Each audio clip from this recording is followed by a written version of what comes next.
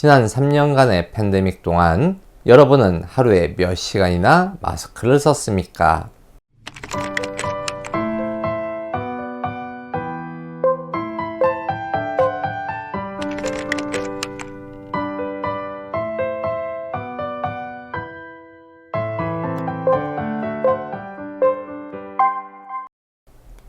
오래 달리기와 같은 지구력을 요하는 운동을 할 때 쉽게 지치지 않는 사람을 보면 우리는 심폐기능이 발달했다고 말합니다.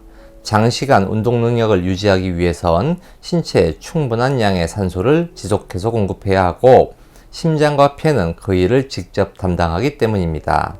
심장은 전신을 순환하고 온 혈액을 폐로 보내 산소를 받아오게 하고 그렇게 돌아온 혈액을 다시 전신으로 순환시키는 기관입니다. 그리고 폐는 호흡을 통해 들어온 산소를 심장이 보내온 혈액에 공급하는 기관이죠. 그래서 심장의 혈액순환 기능과 폐의 호흡 기능을 하나로 묶어 심폐기능이라고 부르고 운동을 오래 해도 지치지 않는 사람을 심폐기능이 좋다고 평가하는 것입니다. 심장과 폐는 운동을 하지 않을 때에도 심지어 우리가 잠을 자는 동안에도 우리 몸 곳곳에 산소를 전달하기 위해 쉼없이 일합니다. 하지만 혈액의 전달은 심장과 폐 이 두 기관만으로는 부족합니다. 폐가 혈액에 산소를 충분히 녹이고 심장이 강한 박동으로 피를 내뿜어도 혈관이 없다면 산소를 원하는 곳까지 보낼 수 없기 때문이죠. 혈관은 혈액을 운반하는 기관이자 신체 구석구석까지 연결된 혈액의 통로입니다. 혈관 덕분에 심장에서 멀리 떨어진 조직도 산소를 공급받아 정상적인 대사를 수행하게 되죠. 혈액을 뿜어내는 심장과 호흡을 하는 폐, 그리고 혈액을 수송하는 혈관은 신체 각 조직이 원하는 만큼의 산소를 공급하기 위해 끊임없이 노력합니다. 우리는 이 세 기관의 헌신적인 협력 덕택에 다양한 활동을 하면서도 체내 항상성을 유지하고 생명을 이어갈 수 있습니다.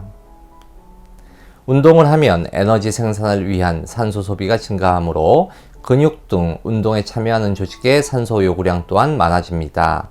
심장은 더 빨리 더 많은 혈액을 내보내기 위해 박동수와 박출량을 늘리고 폐는 더 많은 산소를 혈액에 녹이기 위해 호흡수를 늘립니다.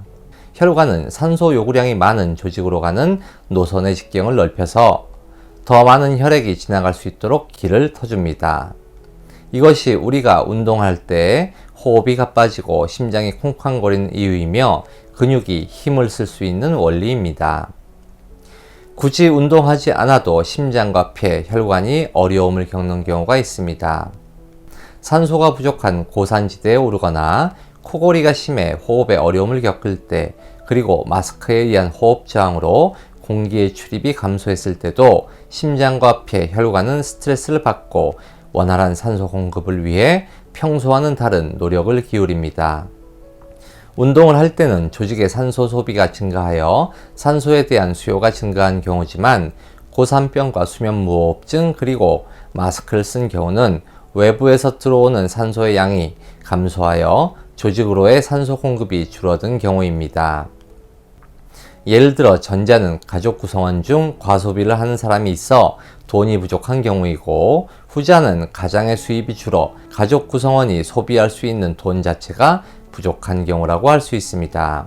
이 둘은 원인은 다르지만 가정에 돈이 부족하다는 결과는 같으며 돈을 벌어 가족을 부양하는 가장의 어깨가 무거워지긴 매한가지입니다. 그래도 전자는 과소비만 줄이면 문제를 해결할 수 있지만 후자는 장기간 지속되면 정상적인 생활을 유지하기 힘들어집니다. 우리는 산소에 대한 수요가 급격히 증가하는 운동을 장시간 지속하지 못합니다. 고도로 훈련된 마라톤 선수도 기껏해야 2-3시간 달릴 수 있고, 평소 운동을 안 하던 사람에게 갑자기 뜀박질을 시키면 5분도 버티지 못하고 멈추게 됩니다.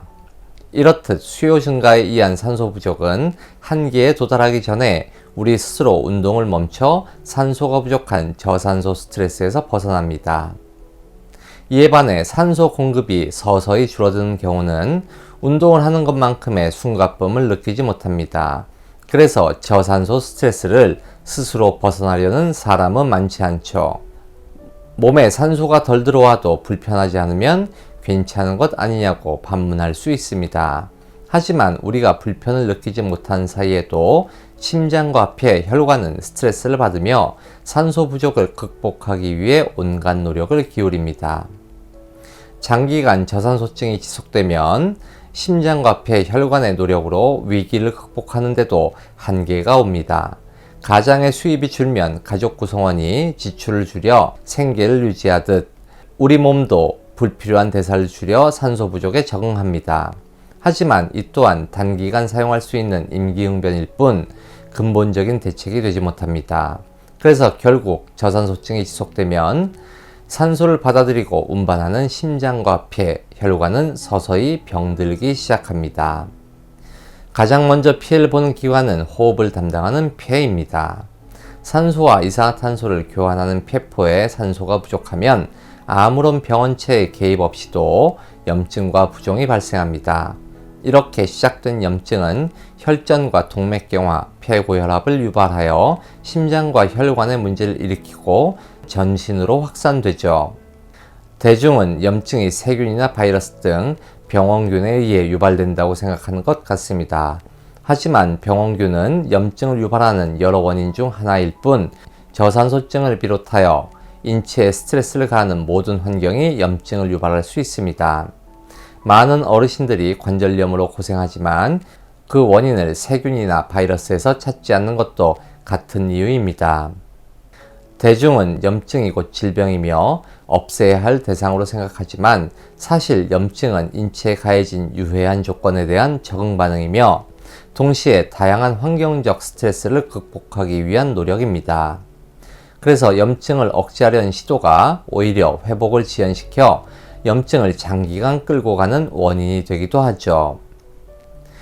염증이 단기간에 해결되는지 장기간 이어지는지는 중요합니다. 염증이 금방 끝난다는 것은 우리 몸이 스트레스 환경을 극복할 능력이 있다는 뜻이기도 하고 환경적 스트레스 또한 오래 지속되지 않음을 의미합니다. 반면에 염증이 오래 이어진다는 것은 신체가 외부 요인에 의한 스트레스를 이겨낼 능력이 없다는 뜻이거나 신체에 가해진 스트레스가 해소되지 않고 긴 시간 동안 유지됨을 뜻합니다. 신체가 극복할 수 없는 스트레스가 장시간 지속되면 인체는 항상성을 회복하지 못해 돌아올 수 없는 강을 건널 수 있죠. 마스크는 원래 인체에 장시간 스트레스를 줄 수 없습니다. 뜀박질을 하다가 숨이 차면 멈추듯 마스크 때문에 호흡이 불편하면 스스로 벗어버리기 때문입니다. 하지만 우리는 지난 3년간 숨쉬기 힘들어도 마스크를 벗을 수 없었습니다. 호흡이 불편해 마스크를 코 밑으로 살짝만 내려도 주변 사람의 따가운 시선을 견뎌야 했고 코가 막혀 숨을 못 쉬는 아이들은 수업 시간에 마스크를 벗으려면 복도로 나가야 했습니다. 마스크에 의한 저산소증은 우리에겐 강요된 저산소증이었으며 스스로 극복할 수 없는 환경적 스트레스였습니다. 그런데 그런 불합리한 요구를 강제했던 보건당국이 3년이 지난 시점에 선심 쓰듯 이젠 마스크를 벗어도 괜찮다고 말합니다. 전염병 사태가 완전히 사그라지지 않아 아직 마스크 착용이 필요하지만 의무를 권고로 바꿔줄 테니 정 불편하다면 벗으라고 말합니다. 그러면서 반드시 마스크를 벗어야 할 환자들이 있는 의료기관은 감염 위험 시설이라며 계속 마스크를 써야 한다고 말하죠. 이 말을 듣고 선뜻 마스크를 벗을 사람이 몇이나 있을까요?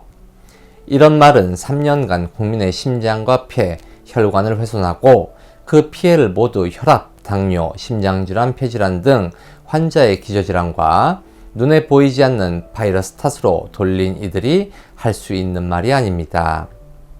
그들은 위선과 가식을 벗고 3년간 대중의 숨쉴 자유를 박탈한 것에 대한 진심 어린 사과를 해야 합니다. 마스크를 벗어도 된다고 말할 것이 아니라 마스크를 벗어야 한다고 말해야 합니다.